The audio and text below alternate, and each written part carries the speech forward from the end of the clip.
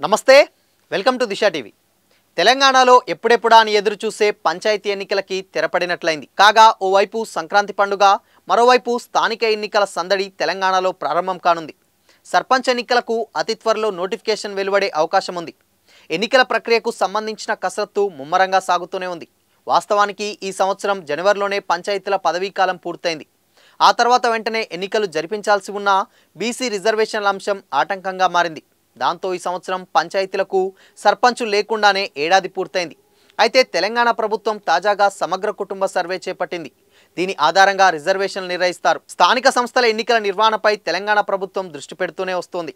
వచ్చే సంక్రాంతికి షెడ్యూల్ను విడుదల చేసి ఫిబ్రవరి 2వ వారంలో సర్పంచ్ ఎన్నికలు నిర్వహించేందుకు కసరత్తు చేస్తున్నట్లు తెలుస్తోంది.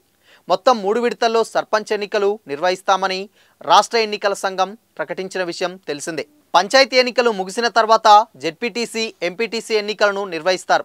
గతంలో స్థానిక సంస్థల ఎన్నికల్లో పోటీ చేసే అభ్యర్థులకు 2 పిల్లలకు మించి ఉంటే వారు అనర్హులు. కానీ ఈ నిబంధనలను ప్రభుత్వం ఇప్పటికే ఎత్తివేసింది. రిజర్వేషన్లో మార్పులు చేర్పులకు సంబంధించి వేగవంతం చేస్తున్నట్లు సమాచారం. వచ్చే అసెంబ్లీ సమావేశాల్లో దీనికి సంబంధించిన బిల్లును ప్రవేశపెట్టి ఆమోదింపజేయాలని ప్రభుత్వం భావిస్తుంది. ఈ ఏడాది జనవరి 31తో సర్పంచుల పదవీకాలం ముగియడంతో అప్పటి నుంచి గ్రామాల్లో ప్రత్యేక అధికారుల పాలన కొనసాగుతోంది. ఈ నేపథ్యంలో తక్షణమే ఎన్నికలు నిర్వహించాలని పలు వర్గాల నుంచి డిమాండ్ వస్తున్నప్పటికీ సుప్రీంకోర్టు ఆదేశాలకు అనుగుణంగా రిజర్వేషన్లను పూర్తి చేసి స్థానిక సంస్థల ఎన్నికలకు ప్రభుత్వం కార్యాచరణ చేపట్టింది. స్థానిక ఎన్నికల్లో బీసీ రిజర్వేషన్ల కోసం రాష్ట్ర ప్రభుత్వం డెడికేటెడ్ కమిషన్ను ఏర్పాటు చేసింది. ఇందులో భాగంగానే సమగ్ర కులగణన చేపట్టారు. ఈ ప్రక్రియను త్వరలోనే పూర్తి చేసి డిసెంబర్ 10 నాటికి కమిషన్ నివేదిక అందజేయనున్నట్లు సమాచారం. ఆ నివేదిక ఆధారంగానే బీసీ రిజర్వేషన్లపై ఓ నిర్ణయం తీసుకోవాలన్న ఉద్దేశంతో ప్రభుత్వం ఉన్నట్లు తెలుస్తుంది. ప్రభుత్వ పరంగా బీసీ రిజర్వేషన్లను పెంచే అవకాశాలను పరిశీలించనుంది. ఒకవేళ సుప్రీంకోర్టు తీర్పు ప్రకారం మొత్తం రిజర్వేషన్లను 50% మించకూడదన్న నిబంధనను పాటించాల్సిందే ఉన్నందున ప్రత్యామ్నాయాలకు కూడా ప్రభుత్వం ఆలోచిస్తున్నట్టు సమాచారం. రిజర్వేషన్లపై ప్రభుత్వానిదే తుది నిర్ణయమని, సుప్రీంకోర్టు మార్గదర్శకాలకు అనుగుణంగా రిజర్వేషన్లు ఉంటాయని, ఎన్నికలను పారదర్శకంగా నిర్వహిస్తామని ఎస్ఈసీ గతంలోనే స్పష్టం చేసింది. రాష్ట్ర వ్యాప్తంగా 12,867 గ్రామ పంచాయతీలు, 538 జెడ్పీటీసీలు, 5,817 ఎంపీటీసీలకు ఎన్నికలు జరగనున్నాయి.